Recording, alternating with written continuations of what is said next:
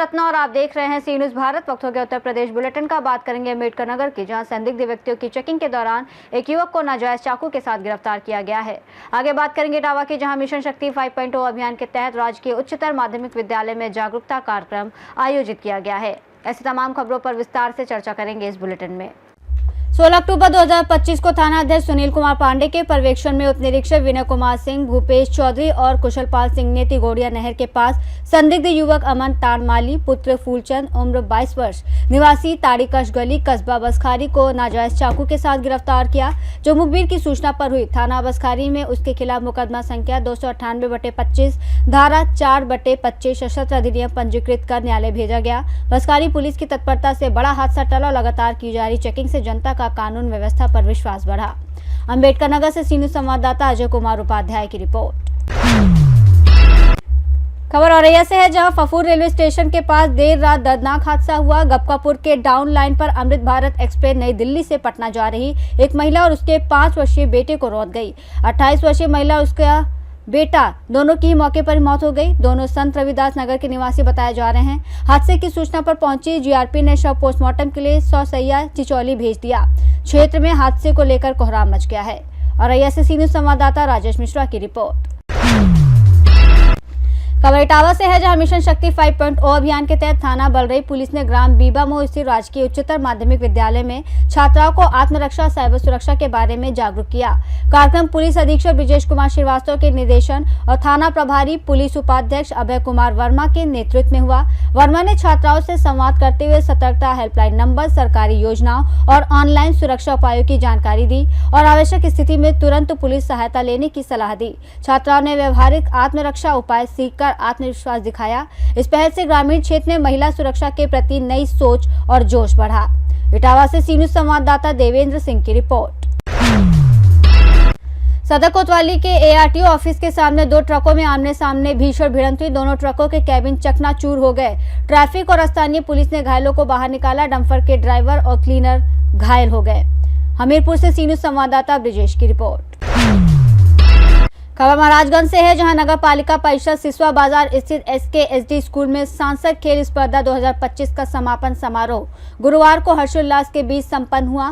मुख्य अतिथि नगर पालिका अध्यक्ष और प्रतिनिधि गिरिजेश जायसवाल ने विजेता खिलाड़ियों को पुरस्कार और ट्रॉफी प्रदान कर सम्मानित किया। उन्होंने कहा कि खेल न केवल शरीर को मजबूत बनाता है बल्कि अनुशासन, टीम भावना और आत्मविश्वास भी विकसित करता है और हार जीत से ज्यादा महत्वपूर्ण ईमानदारी और निष्ठा के साथ खेलना है। समारोह में निर्णायक मंडल, प्रशिक्षक और दर्शक मौजूद रहे। सभी विजेताओं को सम्मानित किया गया और बाकी खिलाड़ियों को बेहतर प्रदर्शन के लिए प्रेरित किया गया। आयोजकों ने सभी अतिथियों, निर्णायकों, खिलाड़ियों और दर्शकों का आभार व्यक्त किया। कहा कि इस आयोजन ने युवाओं में खेल भावना और नई ऊर्जा का संचार किया है। महाराजगंज से सी न्यूज़ संवाददाता मनीष कुमार कन्नौजिया की रिपोर्ट। खबर सोनभद्र से है, जहां केंद्र और राज्य सरकार किसानों की आय दोगुनी करने के प्रयास कर रही है, जिससे युवा बड़ी मल्टीनेशनल कंपनियों की नौकरी छोड़कर कृषि की ओर लौट रहे हैं। प्रधानमंत्री नरेंद्र मोदी के आह्वान और तकनीक सब्सिडी योजनाओं जैसे स्प्रिंकल और ड्रॉप इरिगेशन से प्रभावित होकर युवा ड्रैगन फ्रूट, पपीता, मिर्च, मशरूम, अंजीर और काजू की खेती कर अच्छा मुनाफा कमा रहे हैं। मुंबई की नौकरी छोड़कर सोनभद्र लौटे मान सिंह ने बताया कि केंद्र सरकार की सहायता और सब्सिडी से उन्होंने पहले मिर्च की खेती शुरू की, फिर ड्रैगन फ्रूट और पपीते की खेती कर अपनी आय दोगुनी की। उन्होंने 1 बीघे में 22 क्विंटल ड्रैगन फ्रूट उपज प्राप्त की और 50% लागत की बचत की। अब अंजीर और काजू की खेती भी कर रहे हैं। इसके प्रभाव से अन्य युवा जैसे सुधीर मौर्य, विकास कुमार और राजेश कुमार पटेल भी नौकरी छोड़कर खेती में लगे हैं। उन्होंने मान सिंह से तकनीकी सीखी, ड्रैगन फ्रूट, मशरूम, पपीते, मिर्च की खेती शुरू की। सभी का कहना है कि सरकारी सुविधाओं के माध्यम से उनकी आय दोगुनी होगी। परिवार के साथ रहते हुए स्वास्थ्य और मुनाफा दोनों मिल रहा है। क्या नाम है आपका भैया? मेरा नाम विकास कुमार। विकास जी, यहाँ किसके खेत में खड़े हैं आप? हम मान सिंह भाई साहब के खेत में खड़े हैं। अच्छा। और हम लोग गांव की हैं, हम लोग साथ में ही रहते हैं और मान सिंह भैया से हम लोगों को टेक्निकल खेती सीखने को मिलती है। साथ में उनके साथ साथ हम लोग भी कुछ ना कुछ करने की कोशिश कर रहे हैं और कर भी रहे हैं। और क्या कर खेती। अच्छा, जो बाहर आप जाने की सोच रहे थे कि नौकरी करने जाएंगे, अभी युवा हैं आप जी, क्या कहेंगे? देखिए क्या है ना कि नौकरी से तो बेटर है कि हम लोग अपना पर्सनल कुछ ना कुछ करें। और ये जो खेती है, खेती के थ्रू क्या है ना कि हम लोग इसमें परिवार को भी समय दे लेते हैं, प्लस जो करना है वो भी कर लेते हैं और अच्छे खासी प्रॉफिट भी मिल जाती है।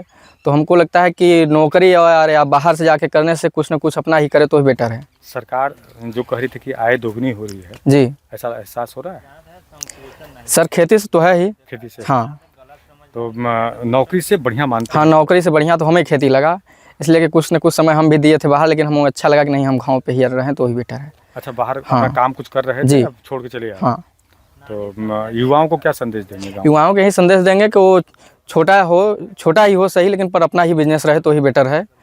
और अपना बिजनेस में भरपूर अपने आप को भी समय दे पाएंगे और अपने फैमिली को भी समय दे पाएंगे, अपने वर्क को भी समय दे पाएंगे। तो इससे अच्छा रहे कि वो अपना छोटा मोटा ही लेकिन पर्सनल ही बिजनेस करें, या खेती के रिलेटिव हो या कुछ अन्य भी हो। अच्छा, सरकार को क्या कहेंगे आप? सरकार से हम यही कहेंगे कि सरकार जो हम लोगों को अनुदान दे रहा है या जो सब्सिडी दे रहा है, उससे तो हम लोग अच्छा खासा प्रॉफिट है। इसलिए सरकार से निवेदन है कि किसानों पर थोड़ा ज़्यादा से ज़्यादा ध्यान दिया जाए, जो कि किसान अच्छे से डेवलप करें और हर एक चीज़ को स्वदेशी के रूप में उगाएं और अच्छे से अच्छा पैदावार पाएँ। यहाँ पे लोकल अधिकारियों का आप लोग को मिल रहा है मदद? हाँ, मदद मिलता है।